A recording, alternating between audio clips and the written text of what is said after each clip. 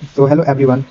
आज हम लोग इस वीडियो में क्लास 12 के ऑर्गेनिक केमिस्ट्री के सारे नेम्ड रिएक्शंस के बारे में जानने वाले हैं। तो हमारा नेम्ड रिएक्शन पहला चैप्टर है हेलो एल्केन्स एंड हेलो एडीन्स। तो इसमें फर्स्ट रिएक्शन है हमारा सैंड मेयर रिएक्शन। तो सैंड मेयर रिएक्शन में क्या होता है कि इसमें NH2 बेंजीन में NH2 जुड़ा हुआ है, और ये NH2 जब हम लोग NaNO2 HCl से रिएक्ट करवाते हैं इसको, तो यहाँ पर बेंजीन डाइओजोनियम सॉल्ट बन जाता है, डाइओजोनियम क्लोराइड बन जाता है, यानी कि NH2 यहाँ से रिमूव हो जाएगा और यहाँ पर N2 प्लस और Cl माइनस जुड़ जाएगा। और फिर इस कंपाउंड को जब हम लोग Cu2Cl2 से रिएक्ट करेंगे तो यहाँ N2 plus Cl minus remove हो जाएगा और यहाँ पर Cl जुड़ जाएगा। वैसे ही जब इसको Cu2Br2 से रिएक्ट करेंगे तो ये हट जाएगा और यहाँ पर Br लग जाएगा। तो इसमें कुल मिलाकर ये हो रहा है कि यहाँ से NH2 हट रहा है और Cl जुड़ जा रहा है या Br जुड़ जा रहा है, मतलब कि यहाँ NH2 हट रहा है और कोई हैलोजन जुड़ जा रहा है। तो इसको बोला जाता है सैंड मेयर्स रिएक्शन, और इसमें रिएजेंट यूज होता है NaNO2 HCl और Cu2Cl2 और Cu2Br2।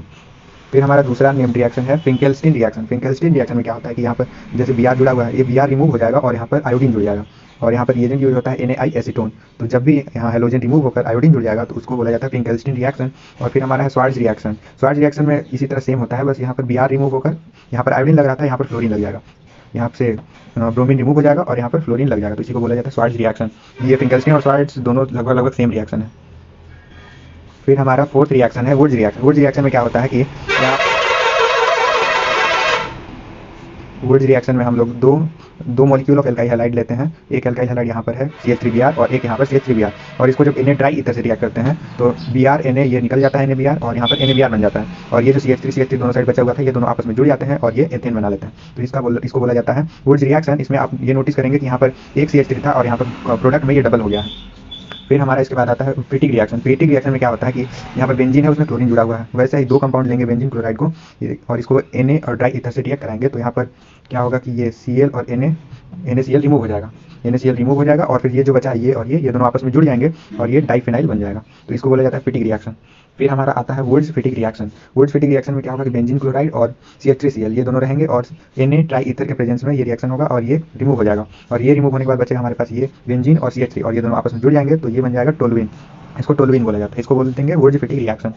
फिर हमारा लास्ट रिएक्शन है इस चैप्टर से Friedel craft reaction. Friedel craft reaction दो तरह के होते हैं, एक एल्काइलेशन होता है, एक एसाइलेशन होता है। एल्काइलेशन में क्या होगा कि बेंजीन क्लोराइड है, यहाँ पर CH3Cl और एनहाइड्रस Cl Cl3 के प्रेजेंस में रिएक्ट कराएंगे तो यहाँ से ये जो CH3 है ये CH3 यहाँ ऑर्थो पोजीशन पर एक बार और एक बार पैरा पोजीशन पर जुड़ जाएगा। तो इसको बोला जाता है एल्काइलेशन। और एसाइलेशन इसी तरह से होता है सेम, इसमें यहाँ पर CH3CO, ये CH3CO है वो ऑर्थो पोजीशन पर जुड़ेगा और एक बार पैरा पर जुड़ जाएगा।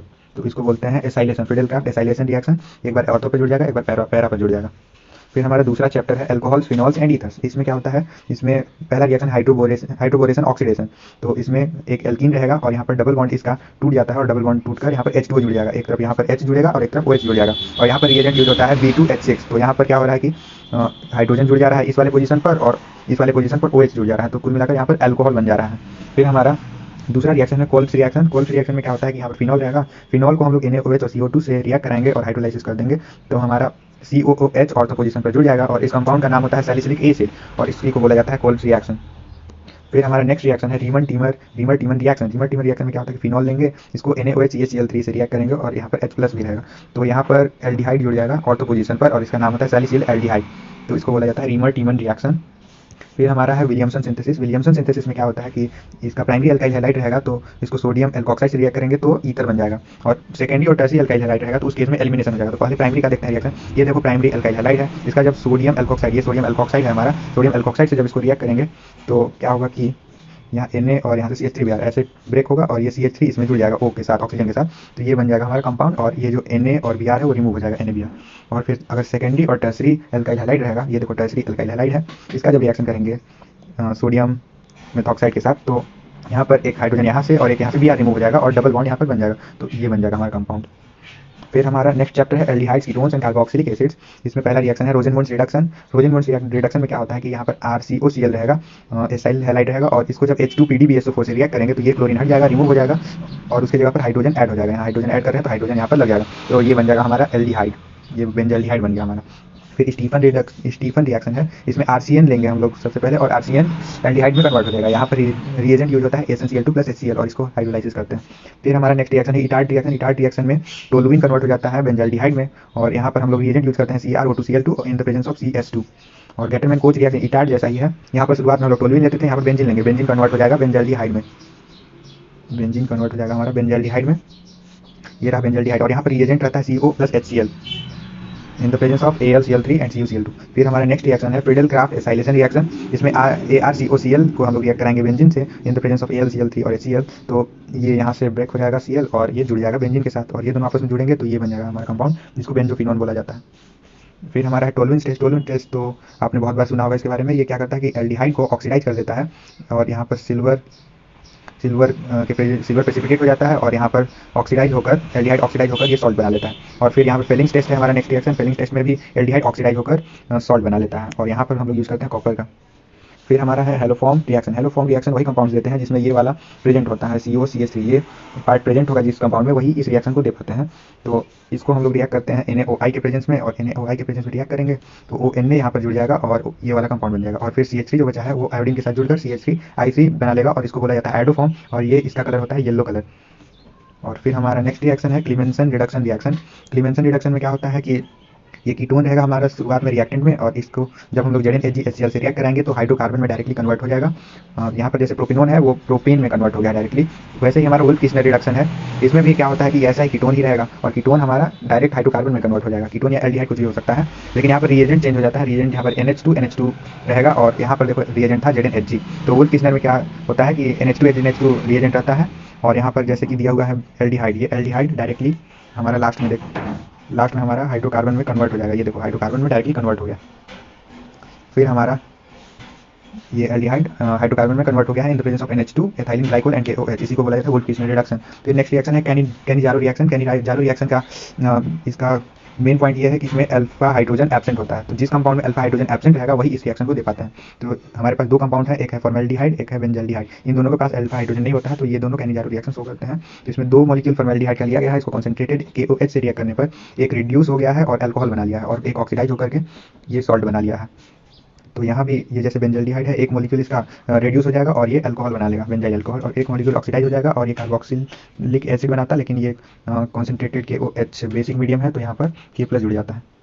फिर हमारा नेक्स्ट रिएक्शन है एल्डोल कंडेंसेशन। एल्डोल कंडेंसेशन में अल्फा हाइड्रोजन प्रेजेंट होना मस्ट होता है। तो इसमें दो तरह के कंडेंसेशन हो सकते हैं, एक सेल्फ एल्डोल हो सकता है, एक क्रॉस एल्डोल हो सकता है। जैसे एग्जांपल के लिए CH3CHO है प्लस CH3COCH3 है तो ये आपस में ही रिएक्ट करके जब CH3CHO जब आपस में ही रिएक्ट करेगा तो उसको सेल्फ बोलेंगे। जैसे ये कीटोन है CH3CO CH3COCH3 ये दोनों आपस में रिएक्ट करेंगे तो इसको भी सेल्फ बोलेंगे।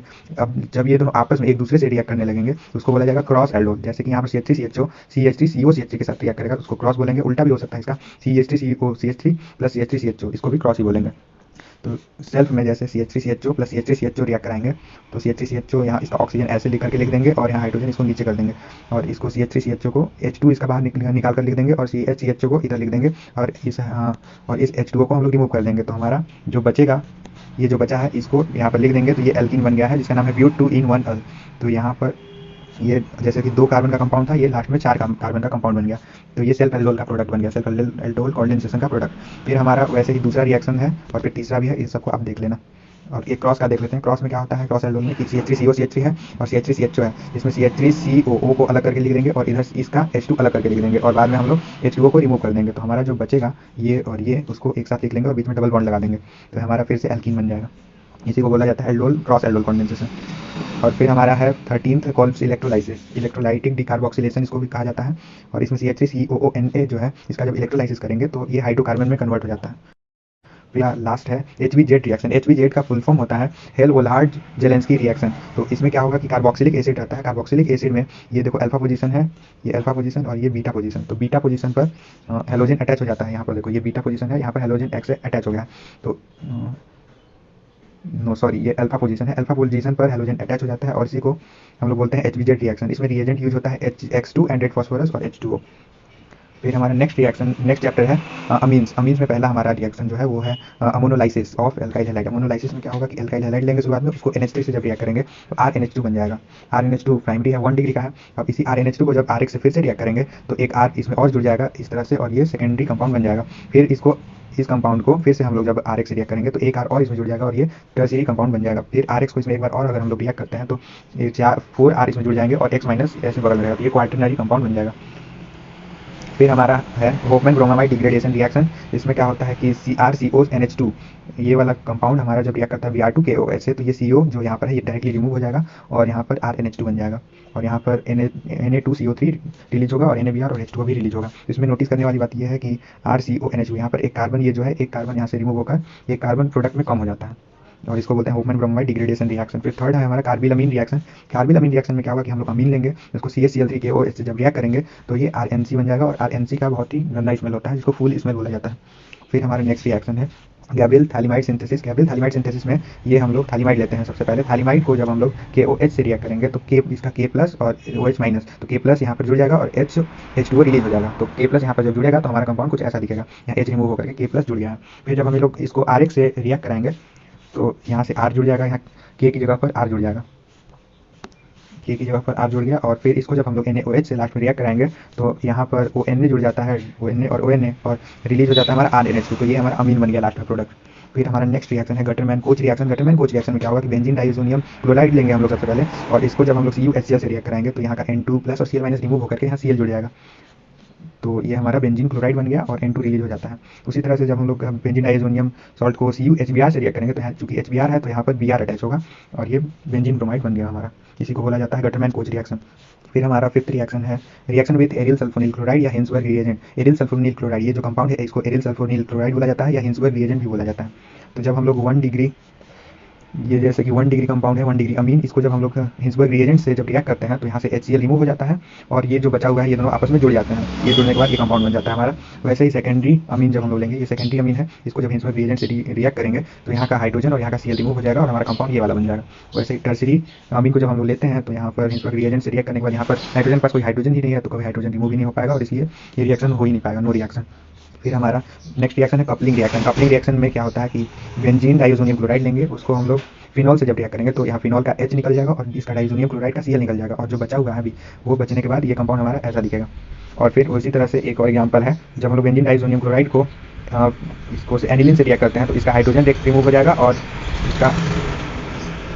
इसका हाइड्रोजन रिमूव हो जाएगा और इसका Cl रिमूव हो जाएगा और फिर हमारा कंपाउंड ये दोनों, ये जो बचा हुआ है और ये जो बचा है आपस में जुड़ जाएंगे और कंपाउंड ये हमारा बन जाएगा हाइड्रोलाइसिस करने के बाद। तो ये थे सारे नेम्ड रिएक्शंस। Thank you.